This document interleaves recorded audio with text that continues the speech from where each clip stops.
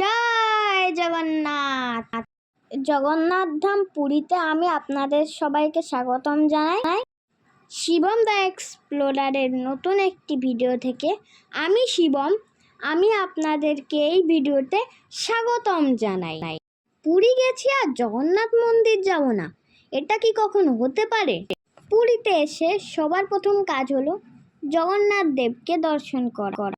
তার সঙ্গে তো সুভদ্রা দেবী আর বলরাম দেবও আছে। মন্দিরটা তো ভেতর দিয়ে দেখানো সম্ভব না, তাই আমরা বাইরে দিয়েই দেখাচ্ছি, আপনারা দর্শন করে নিন। এই দেখুন, এইটা শিব ঠাকুরের একটি শোভাযাত্রা, যেটা জগন্নাথ মন্দিরের দিকেই যাচ্ছে। আমরা মন্দিরের ভেতর দিয়ে দর্শন করে বেরিয়ে এসেছি। এবার আমরা ভাবলাম যে আপনাদের সাথে কথা বলা যাক আর কিছু তথ্য দেওয়া যাক। আপনারা যারা জগন্নাথ মন্দির দর্শন করতে যান, তারা নিজের মন পছন্দের পান্ডার সাথে কথা বলে নেবেন, তাহলে আপনাদের দর্শন করতে খুব সুবিধা হবে। আপনারা যারা মন্দিরে গেছেন তারা তো আগের দিয়েই জানেন যে মন্দিরে ঢোকার আগে জুতো, চামড়ার বেল্ট, মোবাইল বা মানি ব্যাগ সব কিছুই রেখে যেতে হবে। আমরা যেহেতু পশ্চিম দ্বার দিয়ে গেছিলাম, তাই সেখানে যেই কাউন্টারগুলো ছিল, আমরা সেখানে আমাদের জুতো, বেল্ট এইসব রেখে ভেতরে গেছি এবং সেটি সম্পূর্ণ বিনামূল্যে। তবে অবশ্যই কিন্তু টোকেন নিতে ভুলবেন না। এই দেখুন, এখন মন্দিরের চারিদিকটা কত সুন্দর করে সাজানো হয়েছে।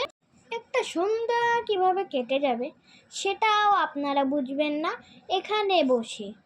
এখানে ওয়াশরুমেরও ব্যবস্থা আছে, আপনাদের সেক্ষেত্রেও কোনো অসুবিধা হবে না।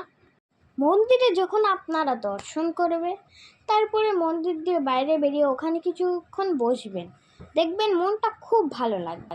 এখানে প্রচুর মানুষ বসে থাকেন, সেটা আমি এই ভিডিওর মাধ্যমে আমি আপনাদের সাথে শেয়ার করতে চাই। পুরীর জগন্নাথ মন্দিরকে এখন নতুন রূপে সাজানো হয়েছে।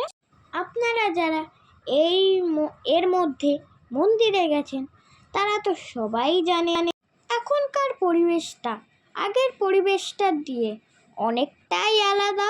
আমরা যখন গেছিলাম তখন মন্দিরের বাইরে প্রসাদ বিতরণ হচ্ছিল, তাই আমরা প্রথমে সেই প্রসাদটা খেয়ে তারপরে মন্দিরের ভেতরে গেছিলাম। এবং বিকালে যদি আপনারা যেতে চান তাহলে ধ্বজা তোলাটাও দেখে আসবেন। এই দেখুন, মন্দিরের বাইরে এই একটা মন্দির ছিল, যেটা আমি ভিডিওর মাধ্যমে আমি আপনাদের দেখানোর চেষ্টা করি। আপনাদের যদি এমন ভিডিও ভালো লাগে তাহলে লাইক, শেয়ার অ্যান্ড সাবস্ক্রাইব, আর আমার ফেসবুকের এই পেজটা ফলো করে দেবেন। জয় জগন্নাথ।